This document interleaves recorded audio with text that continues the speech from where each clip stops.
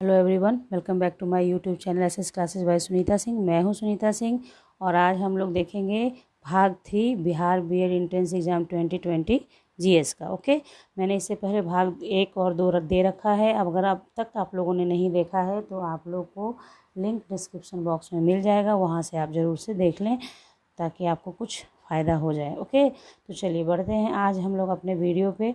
तो आज का मैंने 15 क्वेश्चन का कलेक्शन किया है, जिसमें से 5 भौतिक विज्ञान के हैं, 5 केमिस्ट्री के और 5 बायो के। तो चलिए आज का भाग 3 है और हम लोग बनाते हैं भाग 3। ओके, तो चलिए भौतिक विज्ञान का पहला क्वेश्चन है कि दूध का आपेक्षिक घनत्व क्या ज्ञात किया जाता है। दूध का आपेक्षिक घनत्व किससे ज्ञात किया जाता है? तो देखिए यहाँ पे कि दे रखा है आपको, देखिए हाइड्रोमीटर, हाइग्रोमीटर और लैक्टोमीटर, थर्मोमीटर। तो यहाँ याद रखना आपके लिए बहुत आसान होगा कि आप आसानी से मार सकते हैं टिक। लैक्टोमीटर होगा आपका आंसर, क्योंकि हम लोग जानते हैं कि दूध में क्या होता है, लैक्टिक एसिड होता है। तो दूध का जो आपेक्षिक घनत्व ज्ञात किया जाएगा वो किससे किया जाएगा? लैक्टोमीटर से किया जाएगा। Okay, clear. नाउ आगे बढ़ते हैं हम लोग। क्वेश्चन नंबर 2 है हमारा, निम्न में सदिश राशि है। तो निम्न में सदिश राशि है, यहाँ पे आप गौर करेंगे हर एक ऑप्शन में दो दो ऑप्शंस दिए हुए हैं। जैसे ए में दिया है पोजीशन और वेग, यानी पोजीशन मतलब स्थिति कहाँ पे है कुछ रखा हुआ, बी है त्वरण दूरी, और सी है चाल त्वरण, और डी है बल घनत्व। तो आप देखें कि दोनों जिसमें सदिश होगा वही आपका टिक आउट करेंगे आप। जैसे यहाँ आप देखें त्वरण और दूरी को लिया जाए तो त्वरण तो आपका सदिश हो जाएगा, बट दूरी क्या है, अदिश राशि है, तो इसलिए ये भी नहीं होगा। तो यहाँ पे जो ऑप्शन होगा आपका वो होगा पोजीशन और वेग। पोजीशन और वेग दोनों के दोनों सदिश होना चाहिए। मतलब ऐसा है कि सारे ऑप्शंस में एक सदिश है एक अदिश है, तो दोनों जिसमें सदिश हो वो लगाना है, जिसमें दोनों अदिश है उसको भी नहीं लगाना है। ध्यान रखें, क्वेश्चन को ध्यान से पढ़िए, फटाक से आप बना सकते हैं। अब देखिए क्वेश्चन नंबर 3 देखेंगे हम लोग। क्वेश्चन नंबर 3 है हमारा, बॉल को लपकते समय, बहुत इंपॉर्टेंट क्वेश्चन है ये, कि बॉल को लपकते समय खिलाड़ी निम्न में से किसको कम करने के लिए अपना हाथ नीचे कर लेता है। अभी तो आईपीएल भी स्टार्ट होने वाला है, आप लोग भी तो क्रिकेटर हो ही सब के सब तो आप लोग देखते हो कि जब क्रिकेटर बॉल को लपकता है तो वो पीछे की हाथ को ले जाता है। तो क्यों ले जाता है? तो उसका रीज़न होता है, साइंस है, ऐसा नहीं कि बेमतलब का नहीं ले जाते हैं लोग। तो देखिए यहाँ पे क्या है कि तो इसमें देखिए ऑप्शन है बल, संवेग, आवेग, कैच करने का समय और कैच करने का समय। तो यहाँ पे क्या है, संवेग होगा आपका आंसर, कि संवेग को कम करने के लिए बॉल को लपकते समय हाथ को पीछे की ओर ले जाते हैं। बहुत इंपॉर्टेंट है, याद कर लीजिएगा इसे। अब क्वेश्चन नंबर 4 देखते हैं हम लोग, क्या है हमारा, पृथ्वी का पलायन वेग। ये पूछा हुआ क्वेश्चन है बीएड में, पृथ्वी का पलायन वेग कितना होता है? तो पृथ्वी का पलायन वेग ऑप्शंस आपके दे रखे हैं, 15 किलोमीटर पर सेकेंड, 21.1 किलोमीटर पर सेकेंड, 7.0 किलोमीटर पर सेकेंड और 11.2 किलोमीटर पर सेकेंड। याद कर लीजिए, पृथ्वी का पलायन वेग 11.2 किलोमीटर पर सेकेंड होता है। एकदम इसको आपको अगर बैठाना पड़े दिमाग में बैठाइए कि पृथ्वी का पलायन वेग 11.2 किलोमीटर पर सेकेंड होता है। तो ये हो गया हमारा क्वेश्चन नंबर 4। अब हम लोग जाते हैं अपने क्वेश्चन नंबर 5 की ओर। ओके, तो देखिए 5 नंबर क्वेश्चन क्या है हमारा, गुरुत्वाकर्षण नियम की परिभाषा किसने दी थी? तो गुरुत्वाकर्षण नियम की परिभाषा न्यूटन, आर्किमिडीज, गैलीलियो, फैराडे। तो आप सभी जानते हैं कि न्यूटन ने ही सबसे पहली बार गुरुत्वाकर्षण के बारे में बताया था कि कोई भी वस्तु गिरती है तो नीचे ही क्यों गिरती है, इसका प्रतिपादन उन्होंने ही किया। इसलिए गुरुत्वाकर्षण के नियम को देने वाले कौन थे? न्यूटन साहब थे। कंफ्यूज एकदम नहीं होइएगा, ठीक है। तो हो गया क्वेश्चन नंबर 5। यहाँ फिजिक्स का क्वेश्चन हुआ ख़त्म। अब हम लोग बनाएंगे क्वेश्चन केमिस्ट्री का क्वेश्चन। ओके, तो चलिए नेक्स्ट क्वेश्चन पे अपने बढ़ते हैं। क्वेश्चन केमिस्ट्री से है। देखिए सबसे पहला क्वेश्चन है, बहुत इंपॉर्टेंट है, कि बिजली के बल्ब में क्या भरा जाता है? Nitrogen, carbon dioxide, argon, oxygen. तो एकदम याद कर लीजिए इसको कि इनर्ट गैस भरा जाता है बिजली के बल्ब में। इनर्ट गैस भरा होता है जो होता है आर्गन। ओके, आर्गन भरा जाता है बिजली के बल्ब में। नेक्स्ट क्वेश्चन है हमारा, अमलगम मिश्र धातु है जिसमें आधार धातु है। देखिए अमलगम जो है एक मिश्र धातु है, इसमें आधार धातु क्या है, यानी मिश्र धातु जब तैयार किया जाता है, अमलगम जब तैयार किया जाता है तो उसमें एक जो एलिमेंट होता है, एक जो धातु होता है वो कॉमन होता है, बाकी दूसरे को मिक्स किया जाता है। तो एकदम यहाँ पे ऑप्शन दिया है एल्यूमिनियम HgCuZn। तो याद कर लीजिए, पारा होता है, पारा को मिलाया जाता है, किसी में भी पारा को मिलाया जाता है, जैसे सोडियम के साथ पारा को मिला गया तो सोडियम का अमलगम बन जाता है। उसी तरह से मतलब मेन आधार धातु क्या है अमलगम का, बहुत इंपॉर्टेंट है ये सारा क्वेश्चन, आप ध्यान से सुनिए समझिए कि मेन धातु क्या हुआ, मरकरी, पारा, ओके, अमलगम बनाने के लिए। तो ये हो गया क्वेश्चन नंबर 7। आगे बढ़ते हैं क्वेश्चन नंबर 8 की ओर। क्वेश्चन नंबर 8 है अपना, मदिरा यानी वाइन, मदिरा यानी वाइन।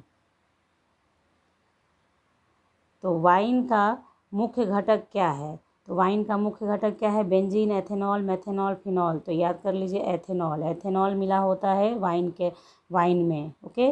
मेथेनॉल मिला रहेगा तो लोग मर ही जाएंगे, क्योंकि मेथेनॉल बहुत पॉइजनस होता है, इसलिए एथेनॉल मिला होता है, बेंजीन और फिनॉल भी नहीं होता है, ठीक है। क्वेश्चन नंबर 9 है अपना, CFC यानी क्लोरोफ्लोरोकार्बन अधिकतर कहाँ इस्तेमाल होता है। तो देखिए ऑप्शन है माइक्रोवेव में, सौर हीटर में, धुलाई मशीन में, रेफ्रिजरेटर में। तो रेफ्रिजरेटर इसका आंसर होगा, क्योंकि इनमें से किसी में से गैस नहीं निकलता है। माइक्रोवेव में किसी प्रकार का वैसा मशीन नहीं है, वो तो बिजली से आप कनेक्ट करते हैं, थोड़ी देर के लिए काम करता है। सौर हीटर तो अच्छा चीज़ है, धुलाई मशीन आप जानते हैं। तो रेफ्रिजरेटर में जो होता है वहाँ पे CFC क्लोरोफ्लोरोकार्बन निकलता है, ओके। तो ये हो गया क्वेश्चन नंबर 9। अब बढ़ते हैं क्वेश्चन नंबर 10 की ओर, ठीक है। क्वेश्चन नंबर 10 है अपने लोग का क्या, देखिए पानी में अल्कोहल की घुलनशीलता का कारण क्या है, यानी अल्कोहल जब पानी में घुलता है उसका रीज़न क्या है। तो अल्कोहल का कम घनत्व, अल्कोहल की वाष्पशीलता, आयनीकरण, हाइड्रोजन बॉन्डिंग। तो आपको मैं बता दूं, केमिस्ट्री के अंदर कोई भी चीज़ अगर घुलता है पानी में, कोई भी रसायन अगर पानी में घुलता है तो उसका रीज़न होता है कि वो H बॉन्डिंग बनाता है विथ वाटर।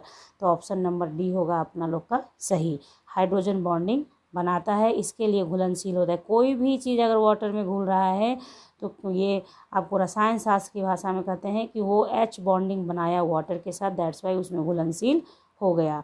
तो यहाँ पे ऑप्शन याद रखिए कि H बॉन्डिंग के कारण अल्कोहल घुलता है, ओके। बढ़ते हैं क्वेश्चन, आप देखिए क्वेश्चन ये आपका केमिस्ट्री का क्वेश्चन हुआ खत्म। अब आएगा हम लोगों का बारी जीव विज्ञान का। जीव विज्ञान के 5 क्वेश्चंस देखेंगे। मैंने जो बहुत इंपॉर्टेंट क्वेश्चंस है वो सेलेक्ट किया है यहाँ पे, आई होप कि आपके लिए बहुत यूजफुल हो जाए, इसमें से 5 क्वेश्चन आपके आ ही जाएँ। तो चलिए आगे बढ़ते हैं हम लोग क्वेश्चन नंबर 11 पे। तो क्वेश्चन नंबर 11 है अपने लोग का, पेनिसिलिन किससे प्राप्त की जाती है। पेनिसिलिन किससे प्राप्त की जाती है, फफूंद, वायरस, शैवाल, जीवाणु।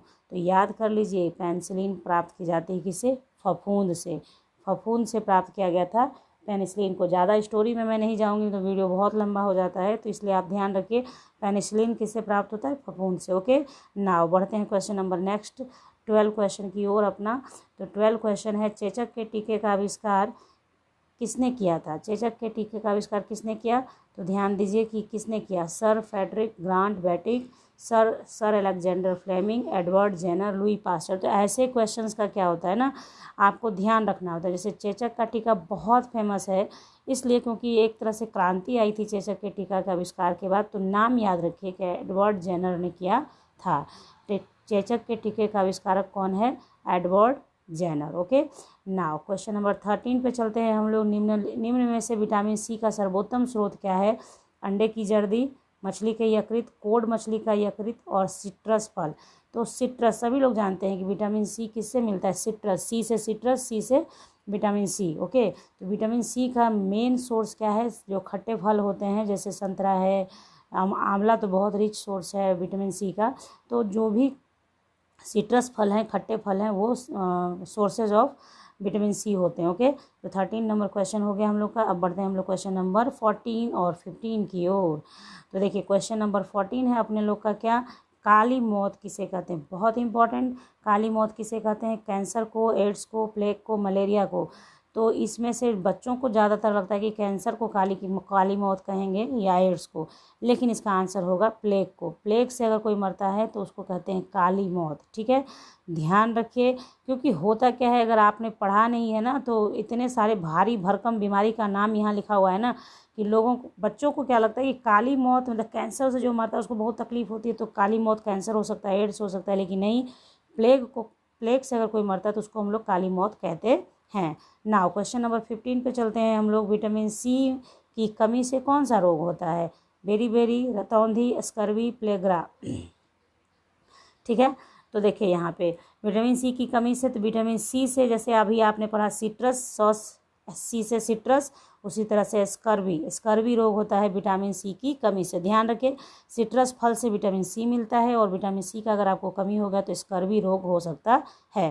तो इस तरह से मैंने यहाँ मान लीजिए विटामिन सी का डाला हुआ है, अगर आप विटामिन बी और ए का भी याद रखेंगे तो आपके लिए यूजफुल होगा। हो सकता है एग्जामिनेशन में विटामिन ए बी से क्वेश्चन आ जाए। तो इस तरीके से यहाँ पे 15 क्वेश्चन हम लोगों ने कर लिया। आई होप कि आपके लिए ये बहुत यूजफुल हो, बहुत काम आए आपके। तो अब हम लोग मिलते हैं नेक्स्ट सीरीज़ के साथ नेक्स्ट वीडियो में। तब तक के लिए bye, thank you, take care, अपना ध्यान रखें और मेरे साथ जुड़े रहें ताकि आपको क्वेश्चंस मिलते रहें। Thank you.